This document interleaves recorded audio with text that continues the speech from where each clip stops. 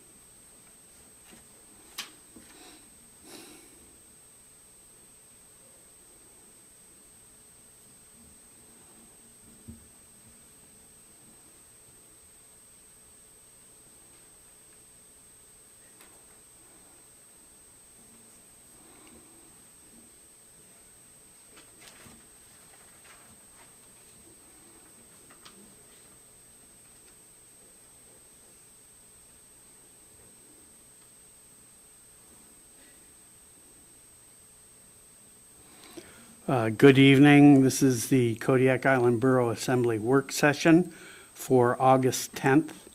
It's 6:30 p.m. and we'll start off with citizens' comments. Anybody having comments? The phone numbers are 1-907-486-3231 or toll-free 1-855-492-9202. Please sign in. Turn on the microphone, state your name for the record, and keep your comments civil.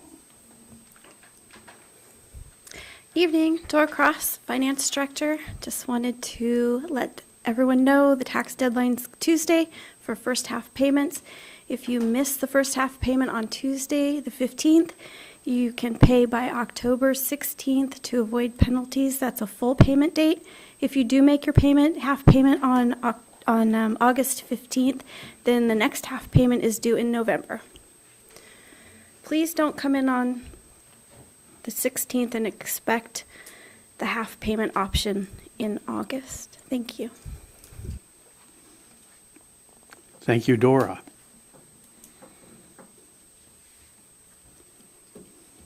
Hi, Seema.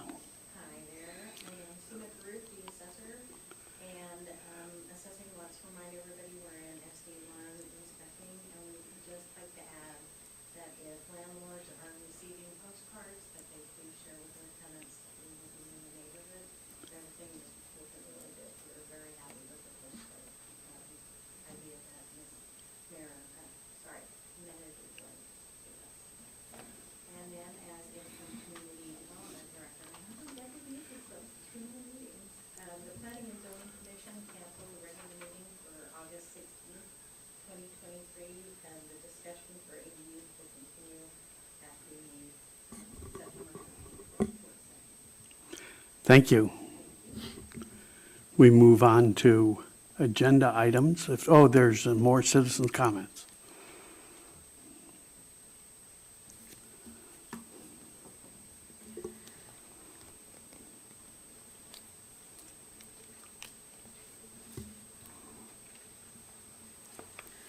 Good evening. State your name, please. Carlene McChesney. What I came to talk to you tonight about was that you're probably more aware of what's going on than I am, but I understand that our PFD will be 75-25.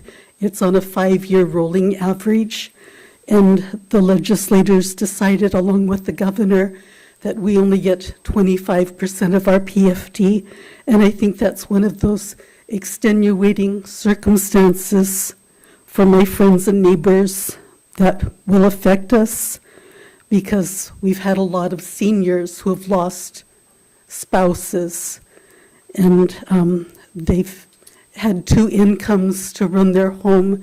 Now they have 1, and there's also health issues that are going on. I did come and thank you for lowering the mill rate, but I usually listen on the radio, but it's not on the radio tonight. So I came, the assembly wanted to raise the mill rate, and thank you for lowering it, but it seemed like the mill rate was connected to the natural resources, there were several callers, so it was shelved at that time. So I don't have anyone to talk to, and I don't understand how the natural resources and the mill rate are connected. Thank you. You're welcome. Any other comments?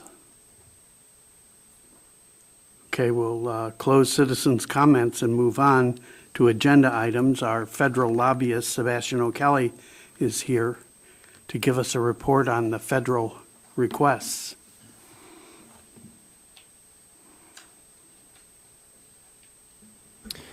Good evening.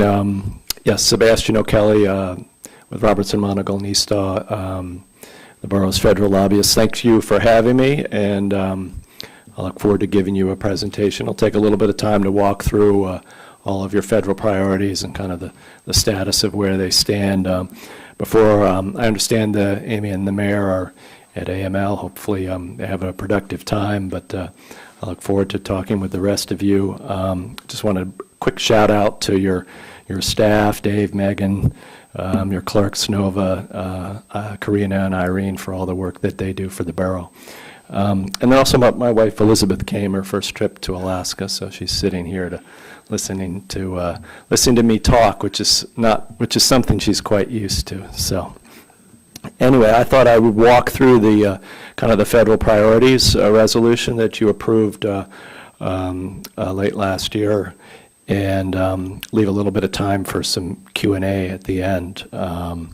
So first, for the two capital projects that you requested, one was the hospital addition of $54.4 million. We did submit that. It's a very big ask at the federal level. It was not funded. I still think we should pursue that project, but we're going to need to scale it a little bit. There is an account in the Health Resources Services Administration that does fund hospital projects, but it tends to be in about the $3 to $8 million range. So I think we could pursue that next year, maybe pursue the engineering design aspect of the project. I do need a little bit more background. Probably would, with your authorization, talk to some of the hospital folks that are working on this. I need a little bit more information on it when we resubmit next year. So the other status item is the St. Herman's Harbor project, which is also, as you know, a city priority.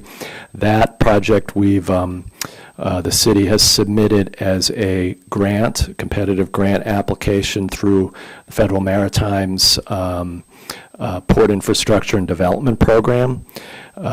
We worked to get delegation support. The three delegation members sent a letter to the secretary in support of the request. The decisions should be made in September, I would say, so we're getting close to that time. The amount requested is $11.5 million.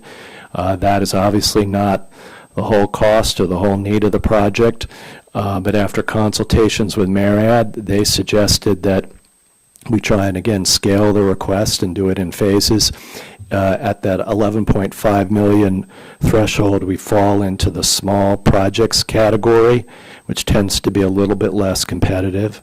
So, we'll see if that advice from Merit actually turns out come September, but that's the approach that the city decided to take, and we got delegation support for the letter, so that was thanks to them, so that's a plus. So that one's pending.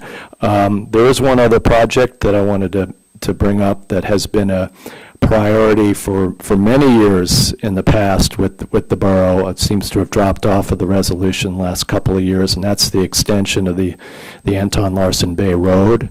Senator Murkowski was able to secure $2.5 million for that project. It's not the whole cost, but will help move it along. That's pending in the Senate Appropriations Bill for Transportation, Housing, and Urban Development. It's not in the House bill. The two bills have to be reconciled, but it's a positive development to get it into the Senate bill. So we'll see what happens come fall. But I did want to make note of that. On the issues of broadband, there's a lot of money flowing in different pots and different funding streams through NTIA, USDA's Reconnect program, Quintilia and GCI. They're all receiving portions of that funding to fund various projects throughout the state. The other big initiative is the provision of $1 billion going to the state. This is formula money. And that'll be the state's discretion as to the types of projects it should fund. So should certainly follow up with the state on that. We are state folks. That funding was just pretty recently provided. So, I think, I drove around a bit and had my phone out, and I was getting some reception in places that I hadn't been getting reception in the past. So obviously there's some progress being made. More work I know will need to be done, especially out in the villages. The groundfish surveys, that's been an annual request. When a few years ago NOAA unilaterally decided to reduce the number of groundfish surveys in the Gulf of Alaska. So we've had to push a minimum of 6 surveys. 6 surveys is the number that's in the Senate version of the bill funding NOAA, and we have Senator Murkowski to thank for that request. So I feel pretty good about that one, making it all the way through as it has in the last couple of years. I did want to talk about fisheries disaster relief.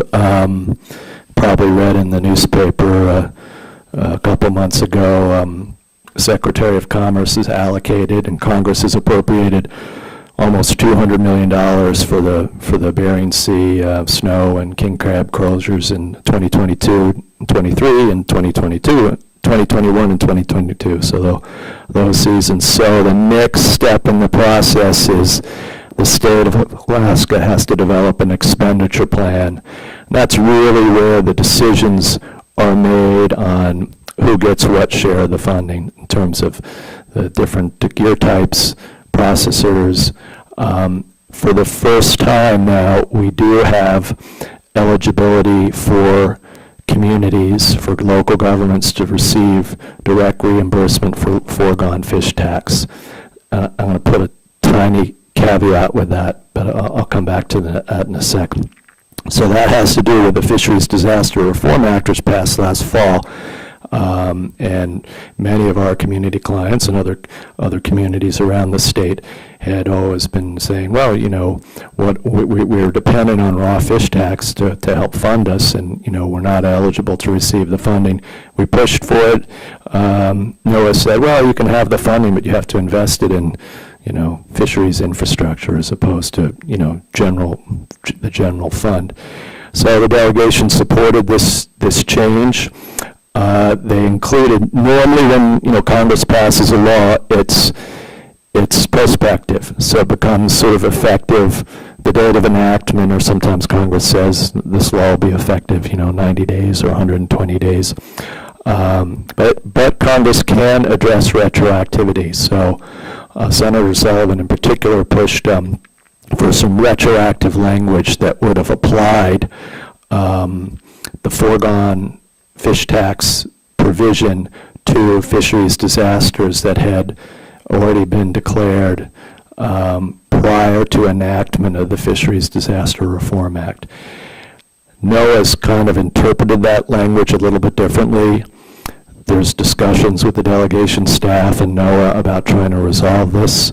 We're not there yet. We have no official word, but there are folks pressing to, from the congressional side, pressing to ensure that NOAA properly reads that retroactivity language.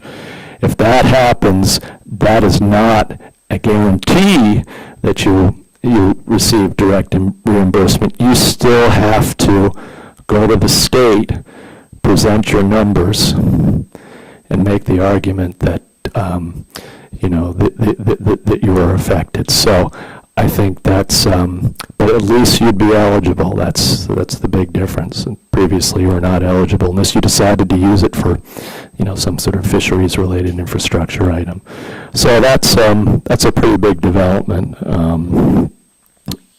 And I think given that we're seeing more and more fisheries disasters for a variety of reasons, that's affecting a lot of bottom lines for a lot of Alaska coastal governments that are fisheries dependent. Let's see, a few other issues. I do want to talk quite a bit about Coast Guard. There's a lot going on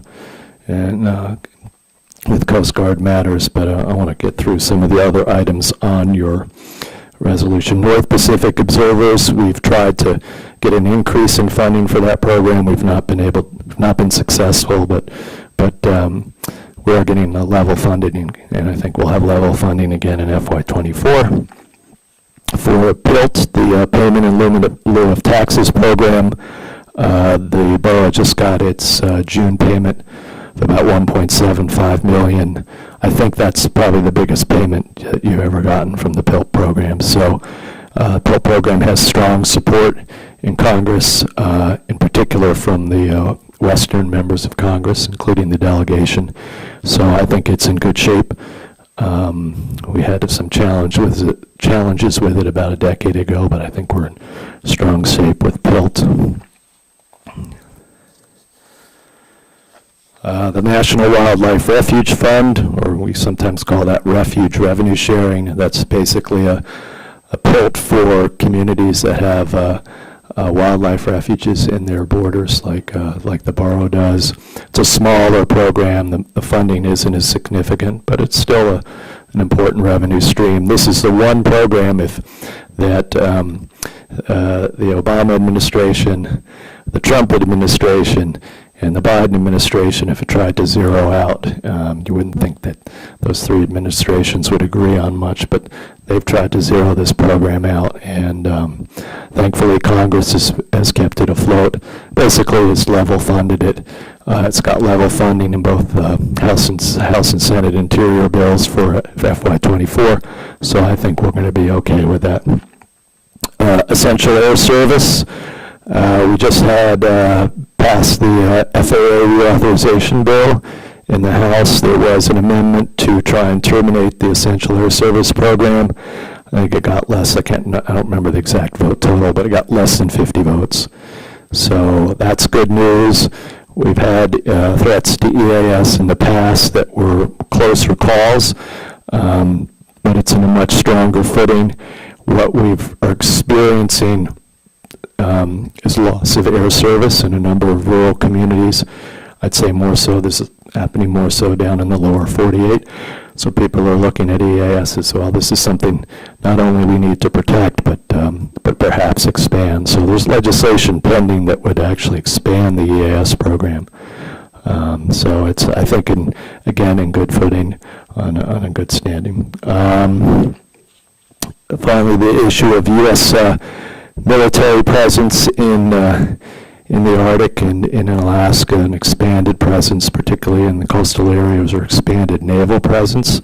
This is an issue that our delegation, in particular our senators, are highly engaged on.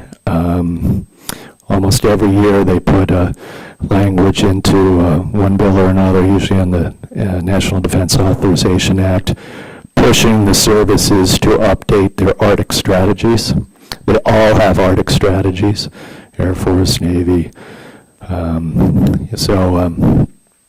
Army as well. So that's the strategies have been updated, but the meat hasn't been put on the bone, so to speak, in terms of an actual expanded, more permanent basis for the Navy in Alaska. So, but we're continuing to see. Every year now, almost it seems every year, Russia and China doing joint naval exercises. I think last year it was 6 vessels. This year it was 11 vessels, right up on our our maritime borders. So, the challenge and the threat doesn't seem to be going away. So the interest is not going to be going away. But, how that all shakes out, still yet to be determined. Finally, I wanted to get to talk about the Coast Guard. I think when I testified last time before you guys, I mentioned that there's about $275 million in previously appropriated funds that are going to U.S. Coast Guard base Kodiak for shoreside infrastructure improvements, basically docks, and for housing. And this is to get ready for the home porting of 2 fast response cutters and 2 offshore patrol cutters. So you're going to see that money kind of, typically when Congress appropriates money, then the agency has to obligate it, and then you get to the point where the money's actually spent on the ground in terms of contracts and personnel and activities, and you will see that over the next, I'd say, 1 to 5 years as the base gets ready. So so that benefit is coming. The other, this is new news. There's a program called the Defense Community Infrastructure Program, which is a program in the Department of Defense that provides grants, infrastructure grants to communities that have military bases in their, in their borders or close by. And Senator Sullivan has been pressing for years to get the Coast Guard included in that program. And just this current defense authorization bill finally includes language that would make Coast Guard communities eligible for that funding. So it's not passed. It's not in law. It's passed the Senate. It's not in the House bill, so we have a little bit of ways to go. But we definitely have to thank him for that advocacy. This is something that the city has been a priority for the city as well, and he's been very responsive in trying to get something done here. I know you have a school, I think elementary school on the base that needs infrastructure needs. So if this gets through and funded, that you'd have a potential funding stream to at least apply for it. Previously, Coast Guard was excluded. So that's a new development and a positive development. I do want to talk a little bit about icebreakers, updating on a few things. Last year there was $125 million for the purchase of a commercially available icebreaker. So an existing icebreaker. This is meant to be a bridge icebreaker between the aging 2 vessels that we have now and then the brand new icebreakers that are in line to be built. At the last moment, nobody knows exactly why. The money was dropped in conference in the FY23 bills, so Biden administration has requested the money again for FY24. So that money is in both the House and the Senate bills. It's got delegation support, as well as others. Other folks realize the importance of the Arctic and the importance of having a stronger ice-breaking presence. So that vessel is most likely, the Coast Guard has to go through a procurement process. Most likely is going to be a vessel called the Avic. This was a vessel built for offshore gas, oil and gas exploration in the Bering and Chukchi Seas. When that effort kind of sort of lapsed, the vessel was moved to Florida, and it's actually been used down in down in the Antarctic to do some ice breaking. It's a medium class vessel. Coast Guard is going to, if it gets the money and purchases this vessel, need to put it in the shipyard and make a bunch of modifications to it. So that brings me to the new icebreakers and some developments going on there. The Government Accountability Office just released a report and concluded basically that the vessels are behind schedule and over budget. So that was I don't know, for some of us maybe not a surprise. If you follow it all, major government procurements, whether they're Department of Defense, Coast Guard, NASA, anytime new systems are being built, especially icebreakers or something like we haven't built in a long, long time, there are going to be delays, there are going to be cost issues. Eventually they get sorted out. And as you get further into the production line, things move a bit more smoothly. But so that's pushing the schedule for completion of the construction and completion of the first icebreaker probably into the late 2020s. So that's pushing it out a bit. The current program of record in law is for 6 new vessels. The Coast Guard has already made a decision to home port 3 of the vessels in Seattle. So that leaves vessels 4, 5, and 6 with no home ports yet. The Commandant testified in June that the Coast Guard actually needs 8 or 9 icebreakers. So that's a new wrinkle.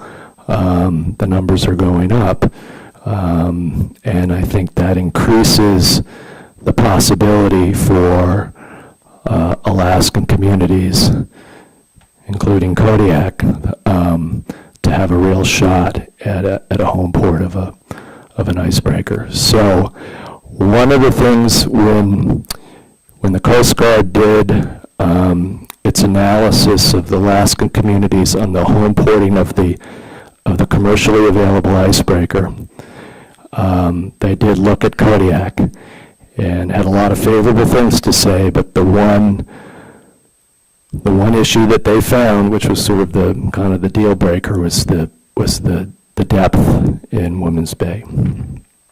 And icebreaker drafts pretty deep, even a medium class icebreaker. So that's the issue for you all to be thinking about and to be addressing if you want to compete for one of these new icebreakers.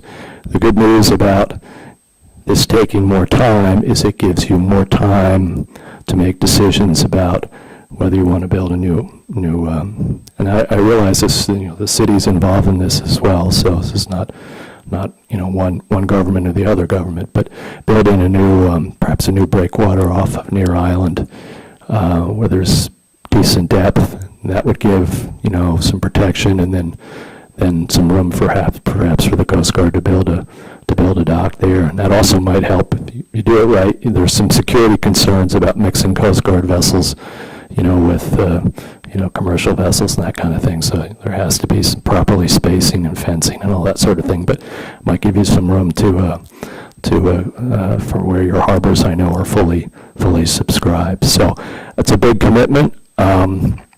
It takes time. The city has been in discussions with the Corps and submitted a letter request to the Corps to start the process for being considered for a study, a feasibility study, which would be about $1.5 million at a 50-50 cost share. We did put that in as a congressionally directed spending request for FY24 on behalf of the city. We didn't get that funded, but we'll be at it again for FY25. So again, it's building a project through the Corps is a long process. It's a 50-50 cost share on the study. It's 80-20 on the construction and the dredging. So the dredging covers entrance channel dredging, general navigation features, and construction covers things like the breakwater. It does not cover docks or inner harbor improvements. That's not considered by the Corps a core responsibility. So anyway, that I think that pretty much, let me see if I have any other issues here. So I feel if the commitment is there and the persistence and the patience is there, I think you have a real chance at having one of these new icebreakers home ported in Kodiak. And that, that assumes that the community, wants it. And the feeling that I've gotten is that from the political bodies is that is something that the community would support. It would be, more people. I think these icebreakers probably got about 200 crew. So you add that with the families, and I'm not even counting maybe people are going to work on the engines and things like that. But there would be a significant economic benefit to the community. So I think with that, I've probably talked enough and hit you over the head with enough details here. If you've got any questions, go ahead. I have a question. You were talking about the groundfish surveys, and you mentioned it was Gulf of Alaska. Are they doing the groundfish surveys in the Bering as well? Yes, that covers the Bering as well. That's where the majority of the groundfish are, Yep, so yep. that's the good place to go. Yep. And I had heard with the icebreaker, the original one, the private one that was going to be bought, that they were thinking of Juneau and Anchorage for that. It's Juneau. The Coast Guard has decided it's Yeah, going to 'cause Juneau. Anchorage has got crappy place to put the boat anyway. I mean, Yeah, they have space for it. They've got, so they made a decision. Typically on their home porting decisions, they make these some period of time in advance. This one was done a little bit quickly. Although by the time the vessel is purchased and goes through, all of its modifications and repairs, it might meet their time frame. Their typical home porting decisions are 6 to 8 years in advance of when the vessel actually shows up.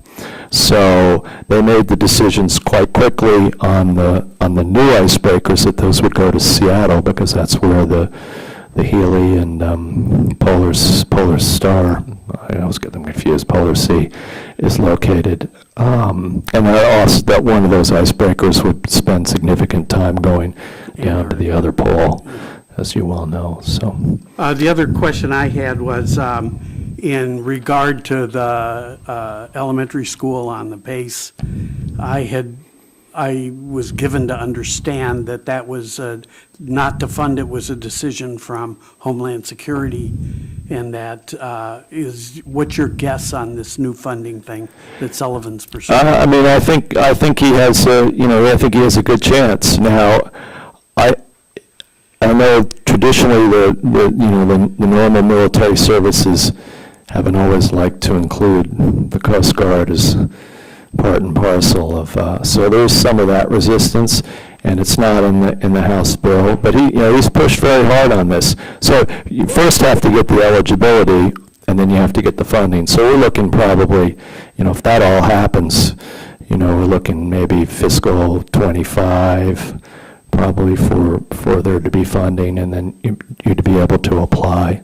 Of course, that is a competitive program, so there are other communities and other places in the country applying for various things. So, Thank you. Any other questions, Mr. Turner? Thanks for mentioning the discussion that we had at the Fish Tech Center on Tuesday about the school funding. The other piece of that I think that we touched on was the housing money. If they did bring in the icebreaker, that would be part of the consideration, is more housing out at the base or somewhere in that area. yeah, I think that there would be, so right now there is in that $275 million that I identified, there's $40 million for base housing, but that's for the additional crew that will be with the 2 FRCs and the 2 OPCs, right? Right. So that's just covering that. But yeah, there will be there'll be infrastructure needs, whether it's housing, whether it's that dock. If we get a new breakwater built and space created there, somebody's got to build the dock, and that would be a Coast Guard dock. The only other thing I could think of is if the community decided to build a dock and then lease it to the Coast Guard, I guess maybe that could be a possibility. I mean, I don't know all the details of how that kind of scenario would like. I know typically the agency would like to, the Coast Guard would like to have its own facilities and its own, so that it can control it, right? As opposed to have to lease a space, but that could be possible. I know in housing they will lease housing and they will rent private sector housing. They don't just settle for their own housing. So really, they'll do a mix of those things. I don't know if they're doing that here or not. No. So recently, there were some articles put out about the fishing industry, and one of those discussions is coming out of ASME, and they're talking with Murkowski's office, I know, and that is basically subsidy for the fishing fleet, both in the salmon and pollock fleet, for the disastrous fish prices that are out there right now. And I don't know if you've heard any of this because it is pretty recent, but with the Russia market flooding some of the Asian countries with their product to be reprocessed and then sent to the States, it's really causing a disaster, if you will. But the discussion right now is not calling it as disaster release, but more of a subsidy to the fishing fleet in Alaska that is affected by pollock and salmon, the prices this year. A lot of that has to do with China, Chile, and Peru all purchasing from Russia and then reprocessing it and sending it into the States under the label of product of China, product of Chile, product of Peru, Thailand, and other countries. That's on your radar now? Yeah, so she just introduced a bill to, and it does a bunch of things, but I'd say if you wanted to put a one sentence description of it, it was to try and insert seafood into the various commodity support programs that USDA operates. So the farm bill's reauthorized every 5 years, and it's due up for reauthorization. So she has a bill that I don't know the exact mechanics yet of how how it would work versus price supports for soybeans and things like that. But it's following that kind of concept of providing a price floor for at different points in the supply chain, and then USDA when prices fall below a certain level, there's a USDA supplement that keeps it so that it meets the price floor. That's the basic premise of how those USDA programs work. So I think the idea is to do the same thing, except on the seafood side. So it'll be a challenge because your typical the Farm Bill supporters, they're land-based folks, but there's I think this message is getting through. It's something that has been thought about for a number of years, but people have not ever been able to really put their arms fully around it. But I think folks are getting a little bit closer about how we can approach this, so that and for example, when there are farmers, when there's a major drought, or when they suffer a natural disaster, you have the commodity.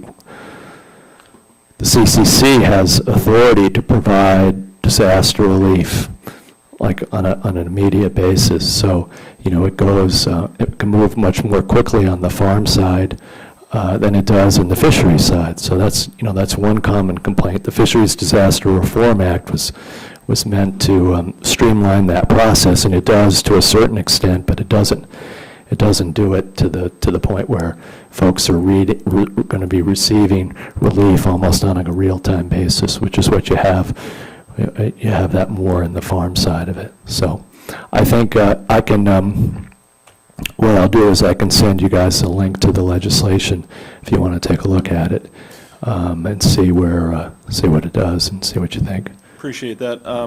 I do know that this is my last piece, sorry, that Murkowski Sullivan and the head of USDA should be in Kodiak the third week of August. So yeah, that I don't know if it's official, but apparently she's coming to Kodiak. There's going to be a kind of a food or farm-based type approach. I think a couple of other senators who are on the Agriculture Committee are supposed to be coming. I think John Bozeman, who's the, He backed out this morning. oh, did he? Okay. All right, so you're more plugged in on this than I am. But, so anyway, it's a good opportunity to talk this up. Yeah, I appreciate it. Thank you. Ryan?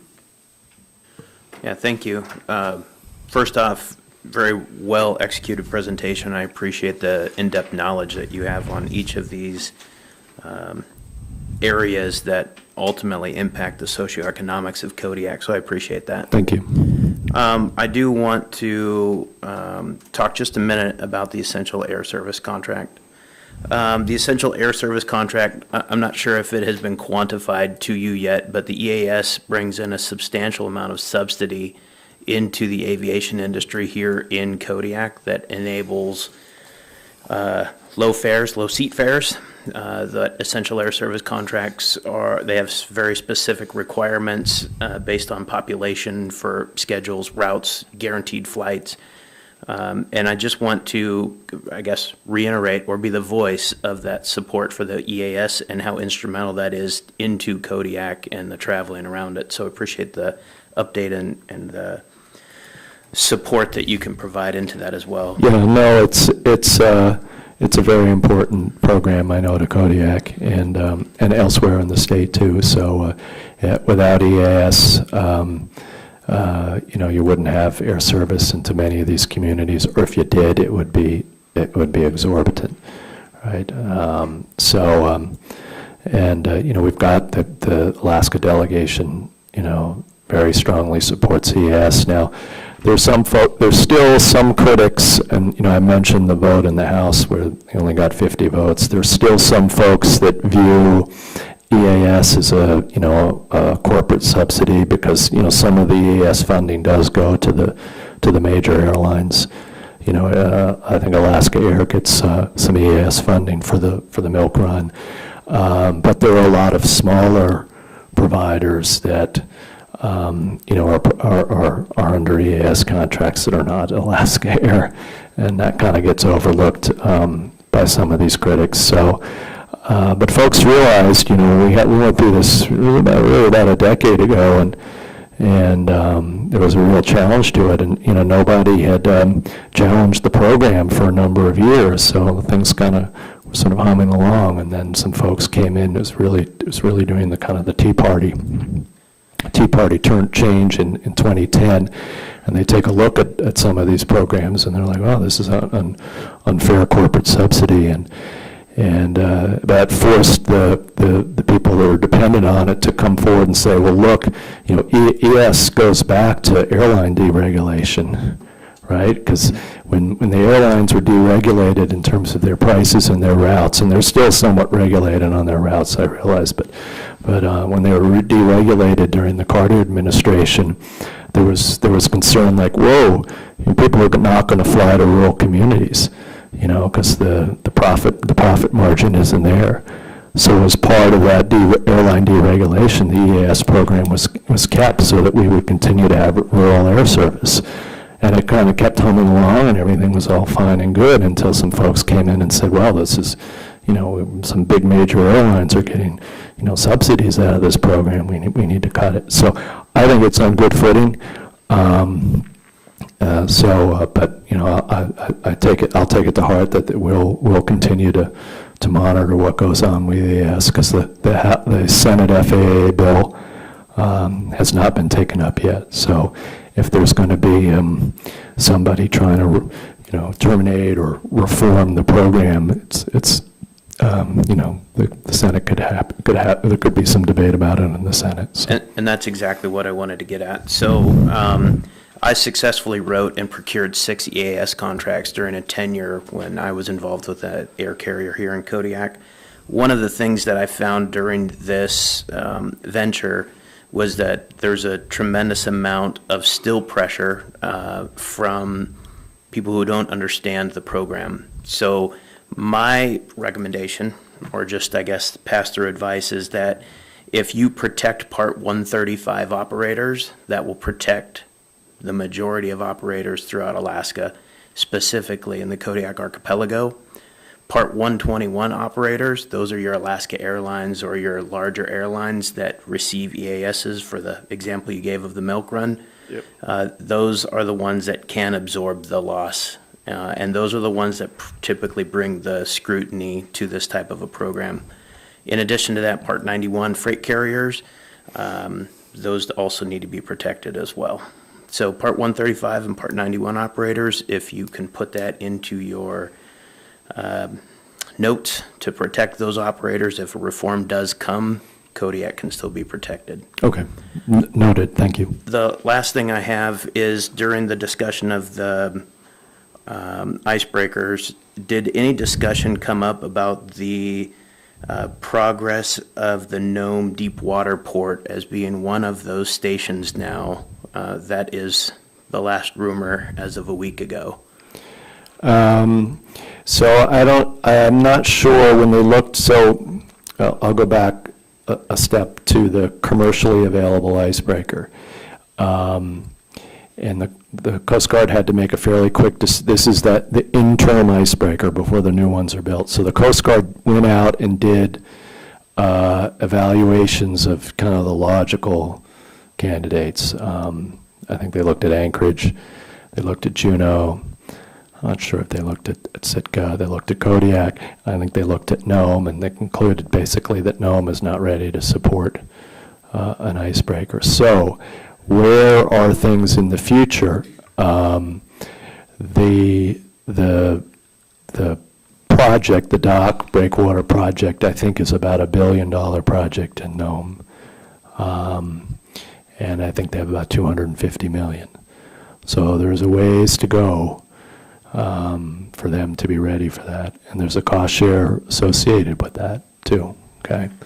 So, we'll see. The congressional delegation's approach on this is basically, we want to bring the icebreakers to Alaska. They don't kind of pick communities or push the Coast Guard to go one community or other community because they don't want to pit communities against each other. So it's really up to the communities themselves to best organize themselves in a way that they can meet all of the Coast Guard needs. There's the mission needs, there's the operational needs, there's also things, schooling, housing, quality of life, access, transportation access. Those are all factors that go into healthcare. Very important issue. Those things are all part and parcel of their evaluation process. So it's not, yes, it is, Nome has the benefit of being in a very good location, but there are other factors that go into it. And if there are multiple icebreakers that wind up coming north, then, they might be in multiple places, so. This doesn't count as my 3. Last one. I would. 4. This is 4. I would recommend, again, for some substantial information to help support icebreakers, to talk with the Ted Stevens Arctic Warfare College. I just finished a course through there with General Key and Admiral Matthew Bell. If you need connections to those guys, they are the driving force in Arctic knowledge. Absolutely, yep. No, I don't know either individual, but their names are very familiar to me. Roger. I can get you contact if you need them. Yes, thank you, that would be good. Thanks. Joe? Thank you for the presentation. I just have a couple of things and questions. Like Mr. Sherritt, I want to say thank you for keeping the essential air service on people's minds. I find it a little funny that some people are complaining about it being a corporate subsidy when we subsidized the oil companies. I mean, the first quarter of this year, they had a $92 billion profit, and yet we still give them tax breaks, but we don't hear them complaining about that. So I think we don't mind that we subsidize essential air service. The villages really need that, and as far as keeping prices down, I can't imagine what the prices would be without them, because they're astronomical as it is. Yep. So I think that we keep that on the forefront of people's minds. Also, the broadband issue is very important. Starlink is out now, and that's a great help, but I think that we need better equipment in the villages. The infrastructure is what is falling apart in our villages anyway, and even here in Kodiak, for that matter. So I think that's a very important thing to look at as well. Those are the two most important things that I see that you have talked about here. So hopefully we can find some land here in Kodiak so that we can make this a better, a more attractive place for the Coast Guard and the icebreakers, and even for workers that come up to work seasonally in the canneries and fishing. And for the people that live here, we need more housing for the people that live here already. You know, Amy forwarded me your housing survey that you did, I guess, about a year ago, or maybe even less than that. So, yeah, I mean, there's a there's a real shortage of housing here, and I don't think you're unique in that regard. That's a problem elsewhere as well that folks are trying to wrestle with, and you know, you have the issue of not having as much available land as many other communities have, because, you know, the federal government owns so much of it. So so I know a lot of challenges on that. Any other concerns? Well, thank you again for your presentation. It was really informative. Yeah, no, thank you, and you know, I appreciate talking to you guys about what I'm up to and what's going on in Washington. So, you know, as I said, we'll work on the resolution again for next year. I do think, you know, if we're going to do the hospital addition request again, we need to scale that a little bit so that it fits in the ballpark of what the appropriations bills are funding for hospital projects. And then, you know, some engagement from the hospital administration itself, I think would be helpful too. Thank you very much. Thank you. Okay. Moving on. We do packet review. The first one is the public hearing of ordinance number FY 2024-05 of the Assembly of the Kodiak Island Borough adopting proposed changes to the Kodiak Island Borough salary schedules. Mr. Acting Manager. Yes, good evening and thank you. I believe this is the second time that this has been gone over. This request has been made by the manager as it applies to the non-union employees at this point. I have a comment about negotiations in the manager's report coming up, so I won't say much more about that. If there's any specific questions about this particular ordinance, I'm happy to try to answer. Any questions from the Assembly? None. Okay, let's move on. Contract number FY 2024-10, purchase of a new Caterpillar 320 hydraulic excavator from NC Machinery. Jenna, please. Good evening, everyone. So this contract is with NC Machinery for the purchase of a new CAT 320 excavator using the NASPO state contract. Currently, we have 2 excavators at the landfill site. The 2003 link belt excavator is currently not operational. We had a mechanic scheduled. I was hoping he would come this week, but he's coming next week to give us a better diagnostic on that. Due to the type of work done with these machines, it is beneficial to have 2 at the landfill. Since we're moving down to the lower area to begin landfilling, the excavators are primarily used for stacking bales and also for metal recycling, which is located up top next to the baler. So having 1 at each location is ideal. This is a little bit premature, but due to the low stock of the 320 excavator with NC Machinery, I thought I'd bring this to your attention now. NC currently has 2 excavators in stock. If we purchase it relatively soon, we can get one here in November, December of this year. If they have to order and it has to be shipped from the lower 48, it won't get here till April, May of next year. And since we're moving down to a lower section, it's definitely going to be a big benefit for us to have two, one up top and one down below. Funding for this purchase would come from the Landfill Enterprise Fund. This request would replace the available funds for the dump truck in the FY 2024 budget. Like I mentioned, we have a mechanic scheduled, hopefully come next Thursday, to give a diagnostic of the 2003 link belt. I know we just got a bulldozer rebuilt. This one is around the same age, but it has double the hours on it, so it has a little bit more issues. One other option too, it was brought to our attention, we could do consignment if rebuilding it would cost a substantial amount of money. And hopefully I'll have that information for you next Thursday. Mr. Manager. So since I've been involved since 14, I can tell you, we've replaced final drives on this.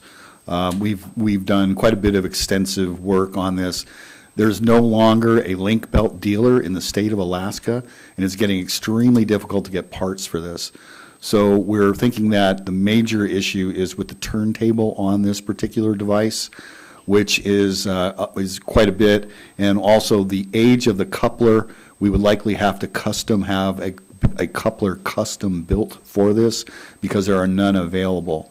So there's this thing is used a lot, and with us separating and going down to the lower side of cell 1, we do not want to be walking this machine up and down. We are already looking at putting a fuel tank in a truck so we can fuel one excavator at one end of the landfill, and then at the other, the last thing we need to do is buy a low boy or a tilt deck to have to move a bulldozer within our own property. It just doesn't make sense.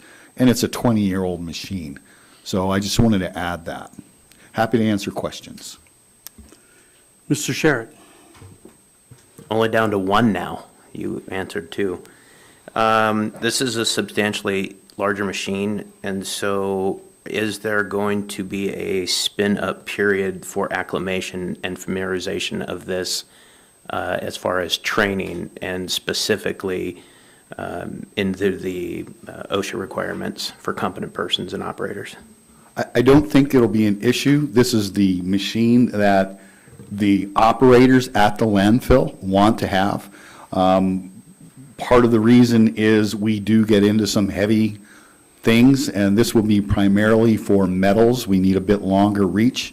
That wider grading bucket would be better for the recycling, as well as placing gravel over the asbestos area, which is one of the primary uses for this specific machine. Also, if we use the NASPO contract, this would be the third machine we bought with NC Machinery, and if we keep it with CAT dealership, it's definitely, we have that communication with NC to bring them down, to train our people, or even go over the equipment more frequently. Perfect. This is a great idea. Fully support this. Nice work. Any other concerns? Moving on, ordinance for introduction. Ordinance number FY 2023-19, amending Kodiak Island Borough Code Section 17.175.050, off-street parking location. Thank you. Good evening. Community Development went to the P&Z Commission to ask them to approve these changes after several cases of parking issues were discovered by staff, either during zoning compliance or during a subdivision. During routine investigation, we found non-compliance for parking. While it is totally fine to ask the commission to have a lease or some kind of recorded document as a condition on their cases that they see, staff needed this code change to kind of like neatly tie the package for us. People come in and they want to balk a condition, and this gives us code to back up why we're asking for the condition. And in the long run, it protects the parking compliance issues for the borough. I noticed that the proposed language has no fines for failure to abide by the resolution. Is that something we should think about? We're not going to need it because zoning compliance, we did that in UMOT, so Okay. if we're going to do that. The parking issues that we're having right now is I own Lot 2 and I own Lot 3. And Lot 2, when I built on it, I built, and I don't have enough parking for what I built. So I built a 5-plex, and I'm supposed to have 10 parking spaces, and the way I built it, I moved it forward after zoning compliance, and now I only have 6 places. I can, by this code, go in and say, because I own lot 3, that those 4 extras can park over there. But when I go to sell lot 2, I don't have to say anything, and I am out of compliance for that person. And then I can no longer park over there on lot 3. Yeah. So this just says that you have to have a recorded document, so that if I sold lot 2, you would know you would stay in zoning compliance because you would get to park over there on lot 3, and I would have to pay the taxes on those, even though I sold it to you. Okay, thank you. Any questions? Great. Moving on. Thank you. Thank you. Manager's comments. So, Mr. DPO, if you would permit, our architect is here. He participated in the healthcare space planning and concept study, which we concluded today. But with your permission, I'd like to give the first part to Corey Wall so he can talk about a couple of the projects if that works for the assembly. Works for me. Mr. Wall, please. Great, thank you. So I'm Corey Wall with Jensen Yorba Wall Architects, and as Dave said, we just got concluded with our 4-day workshop that we were doing with the leadership over at Providence, and also KCHC and CANA came, so we just had a really good workshop there. I won't get into the whole history. I think you probably know all that, or certainly can if you have questions about it. But this is the next step in that hospital addition project that was just being presented by the lobbyist. So we're trying to get all the leadership together. We brought in some healthcare planning leaders from DLR Group down in Seattle, along with a facilitator that came and ran this 4-day workshop that was pretty intensive and pretty exciting to get everybody sitting around the table together talking about needs and future plans and possible impacts to healthcare delivery here in Kodiak, and then really getting into the details about how we could address that by potentially adding on to the hospital or changing things around a little bit. So that was pretty exciting.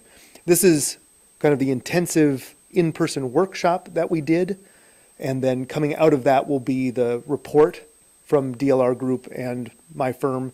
We're probably going to be ready to present that at the end of October. So we'll get into more details about exactly what directions we're recommending and the findings that happened, and I'll probably be coming back here to give that report in person once we've had a chance to kind of boil that down with the folks, the kind of the stakeholder groups there. But it was a very exciting time and a lot of participation, far more than we anticipated from everybody, so that was great.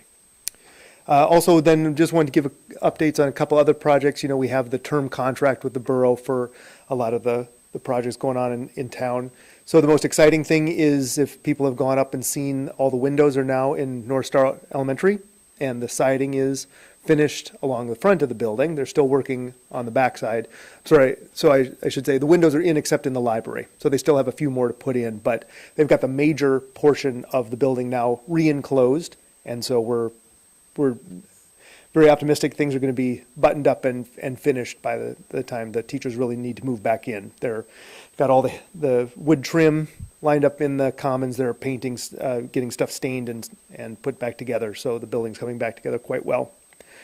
Also, as you probably know, we've got the heat turned off here in the building while they're doing the boiler replacement project. That's rolling right along, and I'm sure you've kind of looked in there, but the electricians are working hard on that right now, and that project is on track to get the heat turned back on in time for the end of the summer season here. Next project's coming up, we've got the Peterson roof replacement project. So I think, as Dave has mentioned to you, that was not possible to do that in this construction season. We had some coordination going on with Friend Contractor, who was the successful bidder on that project. We were hoping that they were going to be able to get materials and start this season, but it just wasn't possible. So they're going to be able to hit it hard next summer, and we'll be having progress meetings with them over the winter to make sure that they're going to start in earnest next summer. But that'll be good. It'll give them a whole summer season to just get the whole project done from beginning to end on that. And the next thing on the list will be the East Elementary School roof replacement project.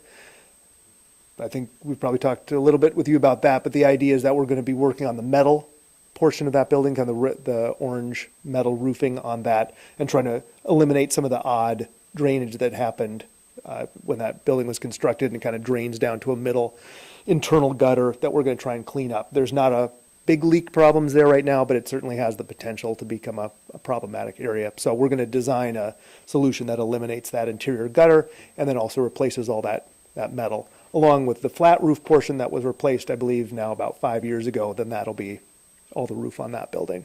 I think those are the major projects that we had going on and coming up. So happy. I have one. Our federal lobbyist informed us that the ask of $54 million for the hospital was a little excessive, and that we were supposed to be looking for 3 to 8 million bite-sized pieces. Out of that can you, from the past discussions this week, come up with a scheme for that kind of thing? I mean, certainly, if that was all the money that was available, I think some of the discussions that we were having is that there's probably going to be a lot of pots that could be added together to create a potential project there. So one of the things that we're going to be trying to do in this report is not just talk about the need at the building and providing an architectural solution, but start to outline possible scenarios. We're calling them pivot points. So the idea is that, okay, if we've got a pivot point where all we're going to be able to get is 8 million or 16 million from a couple of pots, well, that is a pivot point, and we could go towards a project of this size. But perhaps there's other funding opportunities that allow us to go a little bit farther down. So certainly there is a fair bit of need at Providence, and so we could absolutely come up with projects of that size if that was all that was available, but hopefully we can come up with some other opportunities. Okay, thank you. Mr. Manager. So to add to that, I want to stress that one of the things we purposely did not do with this particular workshop is we didn't talk about money. We talked about what we think healthcare, what the requirements for healthcare of the community are going to be, and specifically avoided money, because we truly need direction from this body once this report is put together. So we tried to stay away from that. We have a concept idea of funding, but there was absolutely zero discussion about this. And I was glad to hear what Seb had to say, because with bringing all of the healthcare groups together, I think if a united statement could be made, speaking all together for the community, that would stimulate a lot more thought process in Congress and whatnot for, hey, this community is actually looking at the overall picture rather than trying to do individualized projects. So that's sort of kind of the theme we went down, so just so you're aware. Okay, do you have any more for your? I do, thank you. Yeah, thank you. So the comment period for the Alaska Aerospace Land Management Plan has been extended through October the 12th. So that was a request made those letters have been in, that comment period has been extended. There's an update since I republished the manager's report earlier this evening, but union negotiations, we're moving past the federal mediation stage to the next steps, and we are following what the contract language says, because there apparently is not a planned vote to move forward by the union, so we're going to the next steps as decided as designed and specified in the contract. I won't kill the health space planning concept study, but I will say that having been involved in multi-day workshops, I wasn't necessarily jumping up and down excited to sit for several days, but this has to be one of the most productive sessions that I've sat in my career. So I want to say that the facilitators did their job and got a lot of great ideas out of a lot of different aspects of folks at the hospital.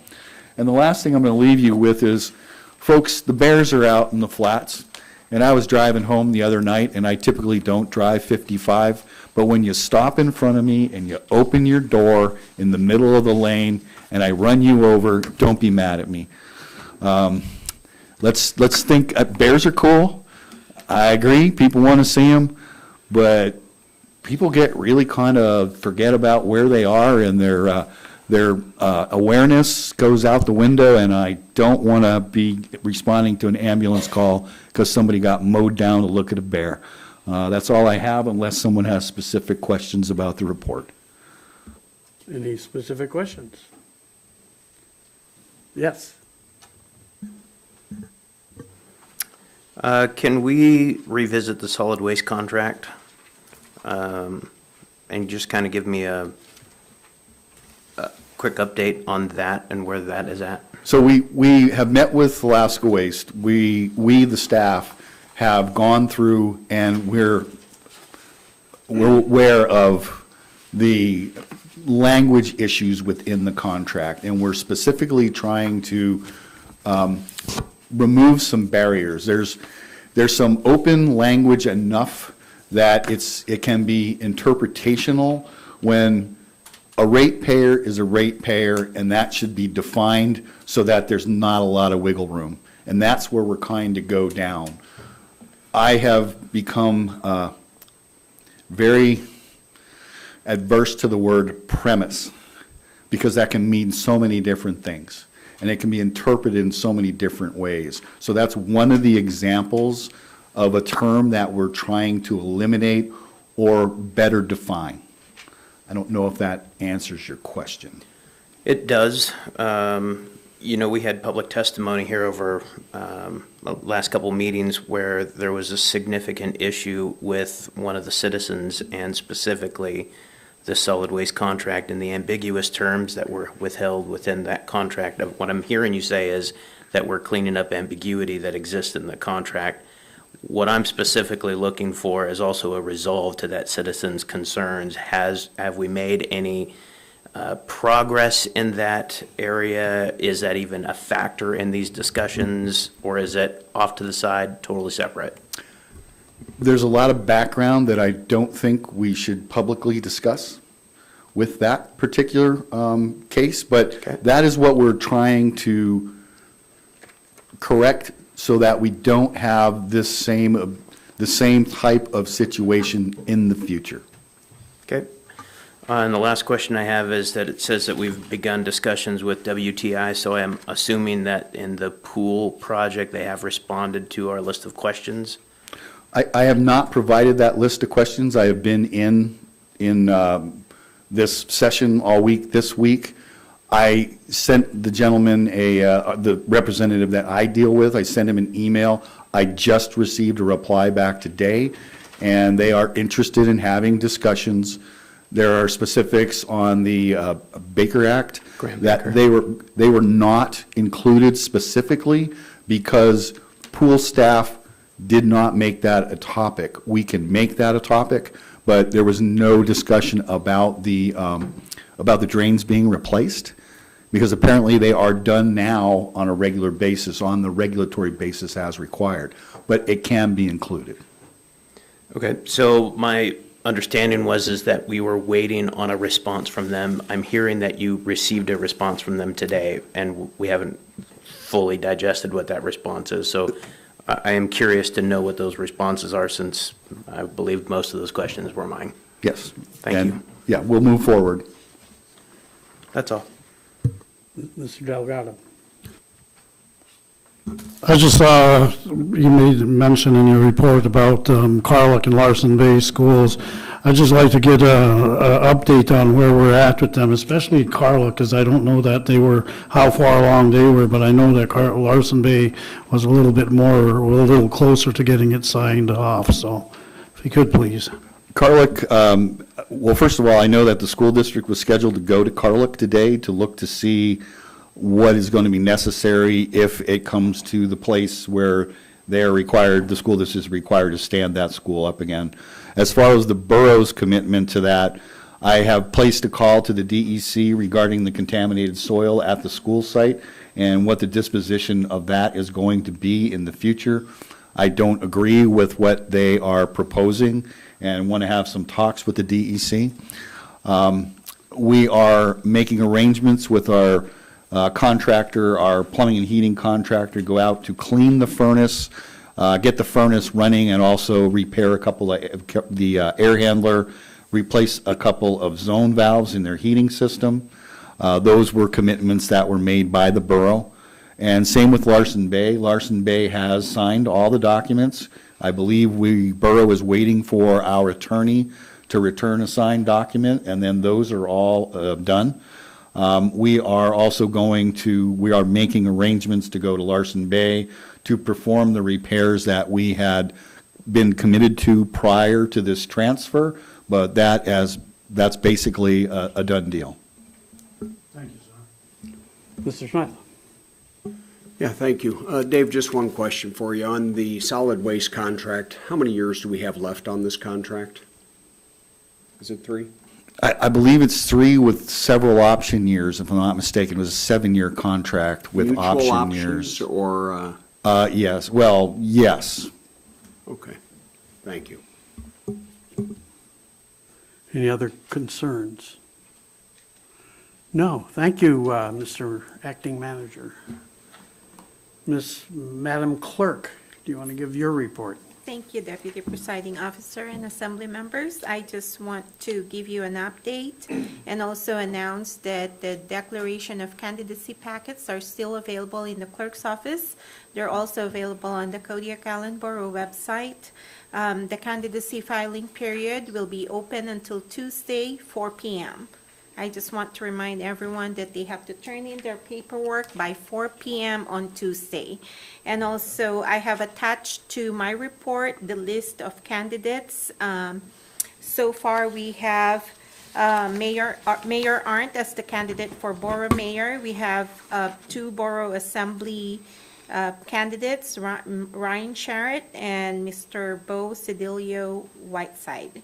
For school board, we have 2 candidates. There are 2 seats, Duncan Fields and Beata Daly. And for fire protection, Bayview, Monashka Bay, and Women's Bay Service Area Board, we still need candidates. There are plenty of seats to fill.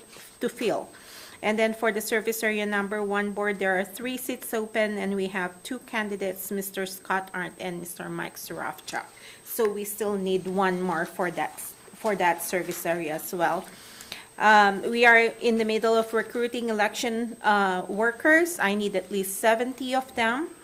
And if you know of anyone who may be interested, please send them my way. I have also started communications with the villages, trying to find absentee voting officials for those locations.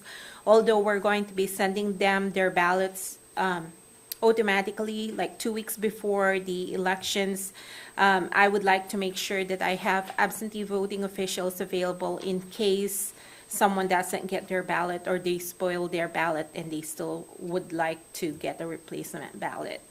So in compliance with the Voting Rights Act, we are also translating all our election documents into the Filipino language. All our documents are translated except for the election pamphlet. With records, we are caught up with records request and destruction. We are now in the process of updating our records retention. Other things that we are working on, there are a couple of liquor licenses that we are processing. We have also processed plats the past few days. A reminder that the Rural Leadership Forum will be happening sometime in September.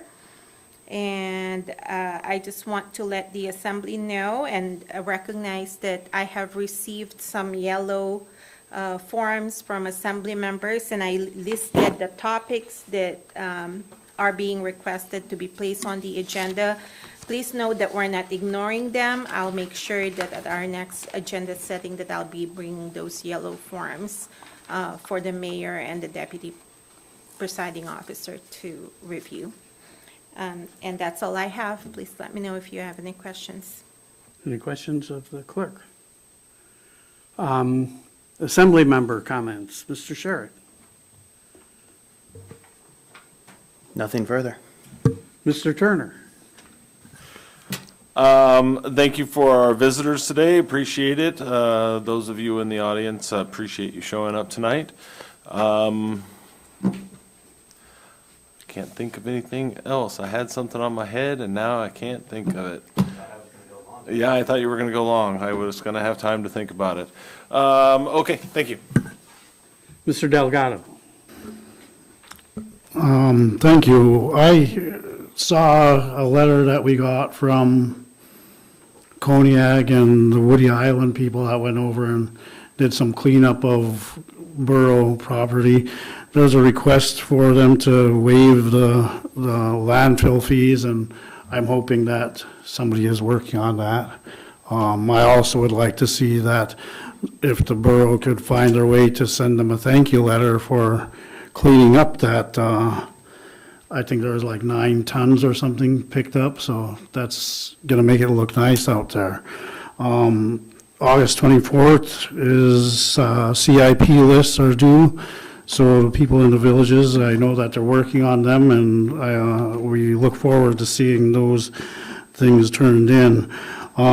This is one of the first years, I think, in many years that I did hear that the essential air service is in good shape. Most of the time, they're on the chopping block, and people are not shy about talking about it. So it's unusual for me to hear that there's no worries this year, and that worries me. But I'm glad to hear it. I hope it stays this way. I think that's all. Well, we need more people to sign up for, to apply for these empty seats, both on the boards, the commissions, and for the assembly. We're looking forward to seeing more of them come in as the deadline approaches. Thank you. Mr. Smith. Yeah, thank you. Just a couple of comments. The first, and I've said this for the last couple of years, and I'll just continue to say it. I certainly appreciate the work from Lisa Murkowski in securing funding for various projects and consideration for other things. But I still will come back on the Anton Larson Bay Road extension, and I for transparency's sake, I own property on Anton Larson Island, and I'm not opposed to the road. What I'm opposed to is nobody has stepped up to take responsibility for who's going to maintain a road, let alone if you extend a road. And I keep hearing it's for safety, and I keep hearing it's to get access to ice-free water. But I drive that road in the winter, and I tow people out of the ditch, and I give people my snow chains that are sitting on glare ice trying to figure out how they're getting over the pass. And I will not support it while I still sit on this assembly until I hear somebody say they're going to take responsibility for the maintenance of that road in the winter months.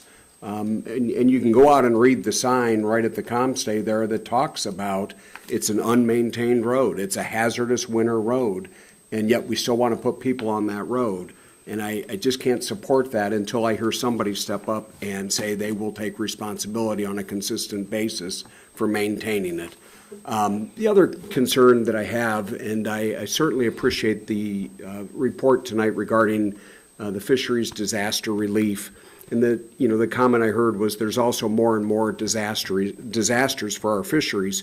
And I want to point out, and I'll say it next week when we're on the record, the governor's not doing us any favors in some of his actions either. And so his latest move to appeal the EPA's ruling to the U.S. Supreme Court to impact the Bristol Bay region and the communities in that region and those of us that fish in that region to try to pursue another back channel way to get corporations to mine up there where we already have learned that the watershed will be impacted.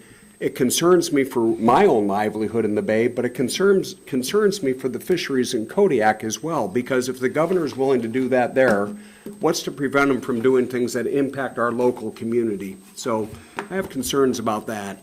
That's all I have tonight. Thank you. I want to chime in and thank DNR for extending the comment period on the spaceport request Our mayor and our manager sent a letter to them. In addition, I sent an email to them as well. I'm concerned in that the last time this came up, which was about a year ago, with the same land issues not as well defined as this time, we found out that the spaceport was not acting consistent with the citizen agreed to program that had been developed over several years.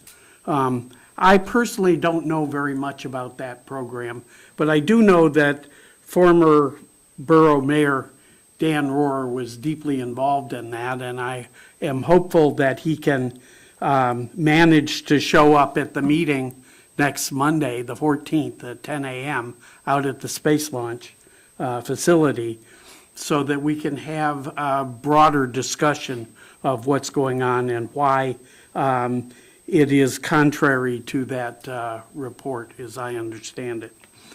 If there are no other concerns, we can then move on. We have the official travel calendar, and that's it, so no mayor's comments.